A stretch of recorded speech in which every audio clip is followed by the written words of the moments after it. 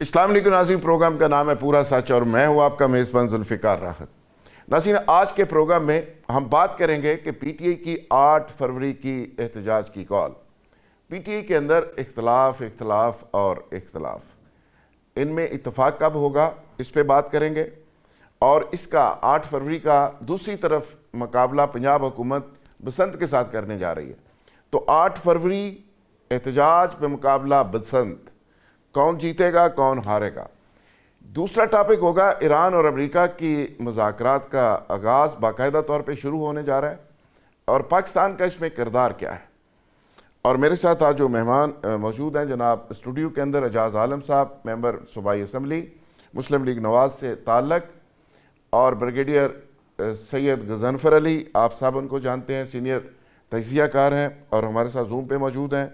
جناب برسٹر شاہد مسعود، پی ٹی آئی سے تعلق، آپ سب ان کو جانتے ہیں، وہ پی ٹی آئی کا موقف دیں گے پروگرام کے اندر۔ اور اسی طرح کیسر شریف صاحب جماعت اسلامی کے سینئر رہنما ہیں، وہ بھی ہمیں جوائن کریں گے، اور تیمور تالپور، صوبائی وزیر سندھ حکومت، P T I Peoples Party کے رہنما، وہ بھی ہمارے ساتھ موجود ہوں گے۔ تو برگیڈی صاحب، آپ سے آغاز کرتے ہوئے 8 فروری کا احتجاج، اور پی ٹی آئی آج بھی یہ کہہ رہی ہے کہ اس مزاحمت سے مفاہمت نکلے گی، اور دوسری طرف پنجاب گورنمنٹ نے بسنت کو پورے زور شور سے لانچ کر دیا ہے۔ اب بسنت کے اندر لوگوں کی انوالومنٹ زیادہ نظر آ رہی ہے، اور 8 فروری کے احتجاج میں کم نظر آ رہی ہے۔ اور ساتھ ہی ساتھ اس کا بھی ضرور بتائیے گا کہ ایک پارلیمانی کمیٹی کا اجلاس ہوا ہے پی ٹی آئی کا، جس میں بہت سارے لوگوں نے اس احتجاج کی مخالفت کر دی ہے۔ مثلا شاہد کھٹک، جو ہر وقت چیف منسٹر کے ساتھ دیکھے جاتے ہیں، وہ کہتے ہیں جی سڑکیں بند کرنے سے کیا ہوگا، بڑا نقصان ہو جائے گا، لوگوں نے ہمیں مینڈیٹ دیا ہے، صوبے کی سڑکیں بند کر کے کیا ملے گا، وغیرہ وغیرہ۔ اسی طرح عاطف خان بھی ان کو سپورٹ کر رہے ہیں، جنید اکبر صاحب بھی پریشان ہیں۔ تو یہ ایک پارٹی کے اندر اختلاف اور اختلاف، تو یہ جب تک اتفاق نہیں ہوگا تو مومنٹم بنے گا کیسے؟ پہلی بات تو اسٹیٹ، اگر آپ کسی بھی پولیٹیکل پارٹی کی فلسفی دیکھیں، آپ دنیا پوری میں دیکھ لیں، جب سینٹرل لیڈرشپ نکل جاتی ہے تو پارٹی عموماً ڈسارے میں آتی ہے۔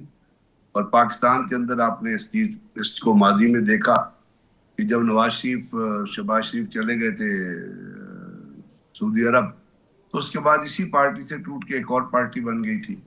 بہت سارے لوگ تھے جو اس پارٹی کو چھوڑ کے دوسری پارٹی میں آ گئے۔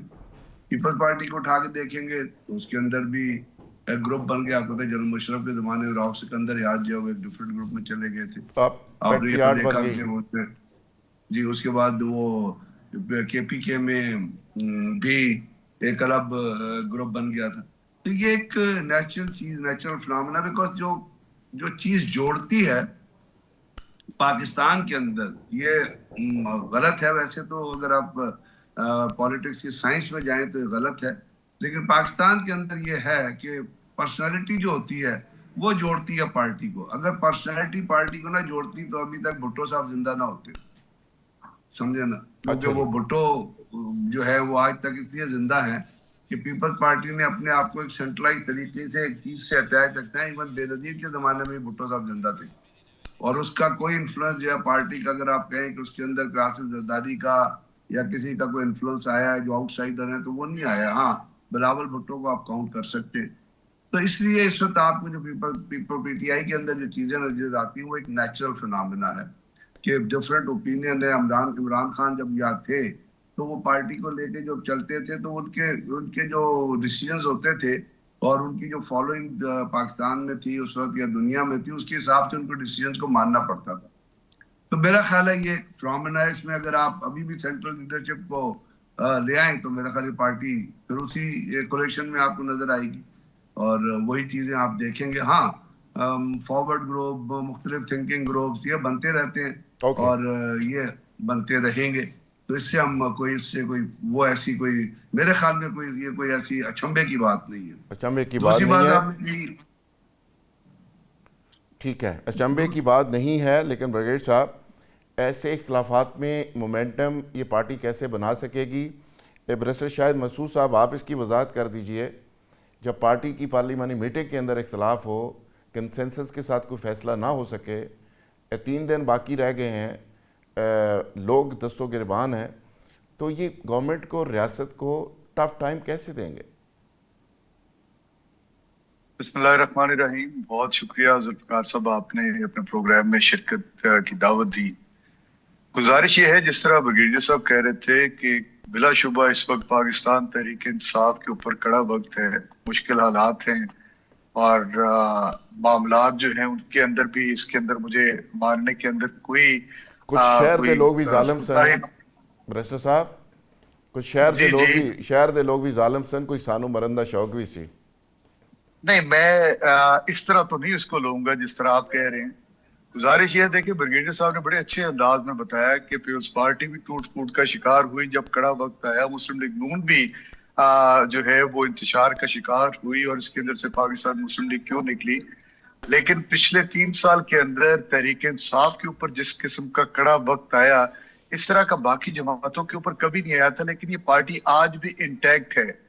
آج بھی اس کا ایک چیز کے اوپر کنسنسس ہے کہ جو عمران خان کہیں گے وہی حرف اول ہے، وہی حرف آخر ہے، اور ان کی کوئی بھی کال ہو اس کے اوپر اکراس دی بورڈ پوری، ہمارے آپس میں 100 ڈفرینسز ہوں گے، لیکن جب عمران خان صاحب کی بات آتی ہے تو سارے آن بورڈ ہوتے ہیں اور سارے ایک نقطے کے اوپر اکٹھے ہو جاتے ہیں. اب یہ کال جو دی تھی، یہ آپ کو یاد ہے، یہ عمران خان صاحب کی طرف سے کال آئی 8 فروری کی، اور اس کے اوپر ساری سیاسی جماعت جو ہماری پاکستان تحریک انصاف ہے، سارے چیپٹرز انہوں نے لبیک کہا. اور اس کا نتیجہ بھی آپ دیکھ رہے ہیں کہ ہماری ایک پرامن کال تھی. کل 180 ورکرز جو ہے ان کو سندھ کے اندر گرفتار کر لیا گیا ایم پی اوز کے تحت. آج ہم نے سندھ ہائی کورٹ کے اندر ان کی پٹیشن فائل کی، نوٹس ہو گیا. اسی طرح پنجاب کے اندر آپ نے دیکھا ہوگا different F I R register ہو رہی ہیں. تو کبھی یہ جمہوریت کے اندر پرامن احتجاج حسن ہوتا تھا پاکستان کے اندر، اور ان ساری جماعتوں نے یہ کام کیے ہیں. آپ کو یاد ہوگا جب پاکستان تحریک انصاف کی حکومت تھی تو 3 مارچ ہم نے دیکھے، ایک سندھ سے چلا، ایک پنجاب سے چلا، ایک مولانا فضل الرحمان صاحب کے پی سے لے کر آئے، اور کسی نے رستے میں ان کو روکا نہیں تھا بلکہ فیسیلیٹیٹ کیا تھا. لیکن آج جب ہم بات کرتے ہیں پرامن احتجاج کی، جماعت اسلامی نے جلسہ کرنا ہو، سندھ کے اندر سڑکیں بند کر لے، کچھ نہیں ہوتا، کوئی لا اینڈ آرڈر کی سچویشن وہاں پہ کریٹ نہیں ہوتی. نہ کہا جاتا ہے کہ آپ جا کر عدالت سے آرڈر لے کر آئیں پھر آپ کو جلسہ کرنے دیں گے. لیکن پاکستان تحریک انصاف تو عدالت کے دروازے بھی کھٹکھٹاتی ہے کہ ہمیں جگہ دے. یہ تو آپ کو پہلے بھی پتا ہے کہ جو آپ کے ساتھ ہو رہا ہے، اور ابھی آپ کا مقابلہ پنجاب گورنمنٹ بسنت کے ساتھ کر رہی ہے، تو بسنت کا تو بڑا مومنٹم بن گیا ہے. آپ کے لوگ پنجاب سے نکلیں گے، ایک طرف پولیس ہے، دوسری طرف بسنت کا ایک میلہ سجا ہوا ہے، اور ساتھ ساتھ آپ کا احتجاج ہے. تو کیا دیکھ رہے ہیں کہ 8 فروری کو ہوگا کیا؟ دیکھیں، گزارش یہ ہے، جو 8 فروری کا جو احتجاج ہے، یہ بڑا ایک دلچسپ احتجاج ہم نے رکھا ہے. اور میں اس کو دلچسپ اس لیے کہتا ہوں کہ 8 فروری 2024 کو لوگوں نے ایک جس کو آپ کہہ سکتے ہیں شاید ایک انقلاب تھا پاکستان کی سیاسی تاریخ کے اندر، کہ ایک ایسی جماعت جس کے پاس نہ تو اس کا الیکشن سمبل تھا، اس کا جو لیڈر تھا، سیاسی لیڈر، وہ پابند سلاسل تھا، اس کے پرپوزر سیکنڈرز کو اٹھایا جا رہا تھا، اس جماعت کے لوگوں کو الیکشن کیمپین نہیں کرنے دی جا رہی تھی. مجھے 8 فروری کا بتائیں کیا ہوگا، 8 فروری کو ہوگا کیا؟ میں وہی عرض کرتا ہوں کہ 2,70,00,000 لوگوں نے ووٹ دیا. آج ہم نے لوگوں کی ہی جو ہے کورٹ کے اندر بال پھینکا کہ آپ لوگوں نے اس احتجاج کو کامیاب کرنا ہے، آپ نے پہیہ جام کرنا ہے، آپ نے اپنے کاروباری مراکز کو بند رکھنا ہے، آپ نے اپنے ٹرانسپورٹ کو بند رکھنا ہے، آپ نے اپنے بازاروں کو بند رکھنا ہے. اور یہ دیکھیے گا لوگ یہ کریں گے. سر جی، آپ کے تو اپنے صوبے میں یہ نہیں سب کچھ ہو رہا، آپ کے تو صوبے میں اختلاف ہے. میں دیکھیں، اختلاف رائے رکھنا ہر ایک آدمی کا حق ہے. آپ جب میٹنگ کے اندر بیٹھتے ہیں، چلو برسٹر صاحب، میں واپس آپ کی طرف آتا ہوں. یہاں ذرا بریک کے لیے کہا جا رہا ہے، میں بریک لے لیتا ہوں، اور بریک سے جب واپس آئیں گے تو ایشو کو کنٹینیو کریں گے. Stay with us.